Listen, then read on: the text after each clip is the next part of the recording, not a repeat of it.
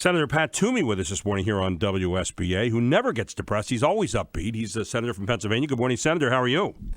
Good morning, Gary. But now you made me listen to a little bit of that song. I think I'm going to introduce a bill today to make it illegal. Yeah, thank you. A new bill. I like that. I think we ought to put one out there. It's Just definitely ban needed. it from the public airways. Oh, my goodness. Service. That is Get a so nice bad. pick for my ear. Yeah, absolutely. Anyway, good morning.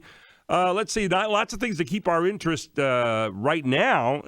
Obviously, the coronavirus budget is going to be something you guys are going to be dealing with, and I know President started with $2.5 billion as suggested. Well, we're up to, I see, $8 billion today in the House. Where is this all going at the moment, and where is the crux of the money going to go in terms of combating the coronavirus that you could see? It's going to be a combination of things, and I want to go through the line items. I'm not on the Appropriations Committee, which is where it originates. I can assure you we are going to spend what it takes to make sure that we are as prepared as we can be and as aggressively fighting this virus as we possibly can be. Some of it is going to go to reimburse states for the expenses they've incurred.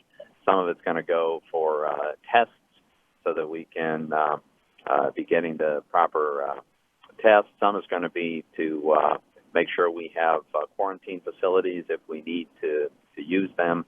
And I'm sure there are other categories as well. I'm confident we'll get that passed this week. Senator, we seem to be into full-fledged campaign season. Obviously, today is Super Tuesday. Everybody's kind of watching to see where the Democrats go. We've had a number of them drop away and so forth. But I wanted to ask you a question this morning.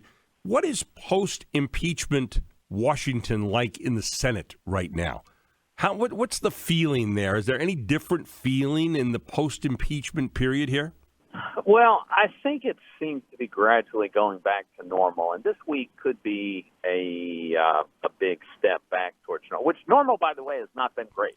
Right? We got it, yeah. But it got a lot worse because many of us were really, really terribly disappointed that all the Democratic senators would go along with such a badly flawed impeachment from the House, and the Democrats think that Republicans we should have all thrown the president out of office, and today we should have President Mike Pence. So that that's a tough bridge to span. But there's two things happening this week that I think could help. One is there is a bipartisan energy bill that is going to be under consideration starting today, and probably will have broad support. That will would be an opportunity for Democrats and Republicans to work together and get something done, probably modest in its, scope, but that's okay. It's still progress. And then the other thing is this supplemental appropriation bill that you just asked about, right. To fight the coronavirus. So if we could come together, get some sensible work done on these two issues, pass legislation, and get it signed into law, then that'll actually go a pretty long way in restoring a sense that, okay, we actually can function.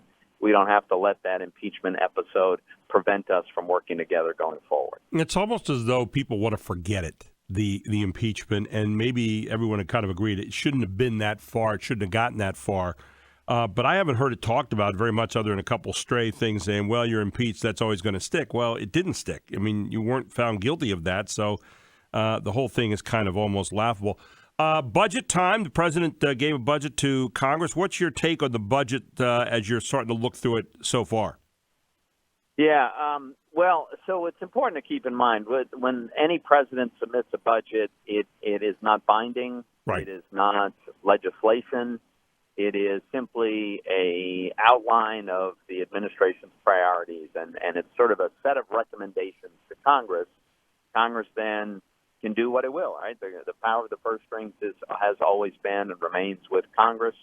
So the president's budget can inform our judgment about various items, but Congress is going to do its own budget. And as long as I've ever been in office, the budget that actually, the spending bills that actually pass Congress in the end usually depart significantly from what presidents propose. Right.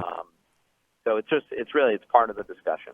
Senator Toomey, what are some of the priorities you have right now in this post-impeachment period, and as we go forward here the rest of the year? What are some of the things that you're really working on, or some of the things your constituents are telling you from Pennsylvania that are really important to them? Well, certainly the coronavirus is number one right now because there's an urgency, there's an imminence, right. there's a real threat. Now, I think so far we've been very, very fortunate with relatively few cases, but the truth is we have not been conducting as many tests as we should be, in my view.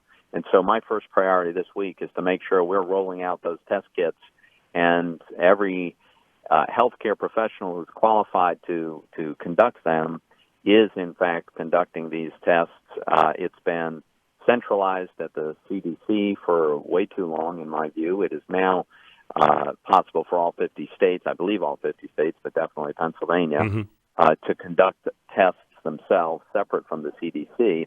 But as of yesterday, not on a volume that's adequate. And so my number one priority is getting the ability to get those tests done wherever they're needed immediately, so that we know what we're dealing with and we can contain the virus, right? I mean, right. We've got somebody that's testing positive. There's got to be some kind of separation, some kind of quarantine. We've got to make sure that this doesn't spread rampantly. And so I would say that is number one. Somewhat longer term, there are a couple of other things. One is there's led various versions of legislations that deal with prescription drug pricing, some of which have some very good elements. There's some bad elements mixed in that lot. The good element, and the most important thing that I think we can and should do, is a redesign of the Medicare Part D. That's the part of Medicare that covers prescription drugs. The Medicare Part D benefit could be redesigned in a way that no senior citizen who is participating on Medicare Part D has the risk of catastrophic out-of-pocket costs. Today, 5 or 6% of senior citizens on Medicare Part D every year end up needing prescription drugs that are so expensive that even with the coverage, they end up spending tens of thousands of dollars out of pocket if they have that money. And that's just a huge risk. We can redesign this benefit in a way that limits the total out-of-pocket cost to a much lower number. That I think is worth doing all by itself. I'm hoping we can find a way to get that done. I had a listener yesterday who wrote in and said about asking Congressman Perry about that, and I would ask you again. And obviously you've outlined here the priority that is. One other quick one here, 45 seconds left, and I don't expect a totally in-depth answer, but pre-existing conditions. A lot of people are talking about that as well, and how do we deal with that? And it seems to me that you can't deal with that as just part of the regular amount of money that's being put into health care. There has to be some kind of separate pool. Have you got any thoughts about that? About 25 seconds left. Just a well, thought. I think you're on. So the idea is that I don't think anybody wants, a family that has a child with cystic fibrosis but doesn't have insurance through their employer. If you do have insurance with your employer, you're probably fully covered. But if you don't, that's a real problem, and nobody's suggesting that family is just out of luck. And so the question is, how do you create a mechanism where you cover the cost of that pre-existing condition? I think that the data shows that the best way to do that is to have a high-risk pool in the various states. And this has been done successfully in other states. We can do it in Pennsylvania. The federal government can kick in some of the resources for that high-risk pool. That's a better way to spread this risk around than the way Obamacare did it, by concentrating all of that risk on the people who participate in the exchanges and then driving up the price of health insurance on the exchanges to the levels where people can't afford it. But again, I think it's so important for people to get out something comprehensive there so we can have something to talk about in comparison to Obamacare, which we haven't really in totem yet, and we'll save that for another day. Senator, thank you so much for joining us this morning. Always appreciate you. All right. Thanks for having me, Gary. Have a great day. Take care. Senator Pat Toomey with us.